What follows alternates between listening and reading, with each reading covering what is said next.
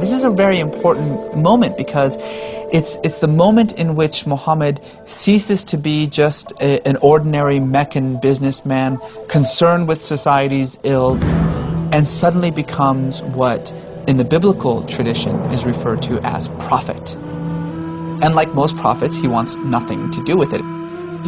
Panicked and worried about his sanity, Muhammad sought out his wife Khadija. What he really wants to do is kill himself.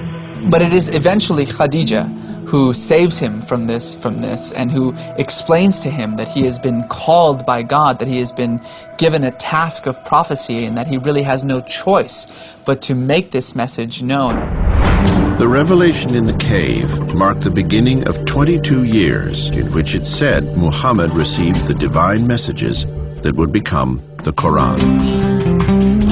According to tradition, sometimes the words came ringing in his ear like a bell. At other points, they came in torturous fits that resembled epileptic seizures. He would go into these convulsions, he would sweat, he would suddenly look off into the distance, he would be almost dead to the observer.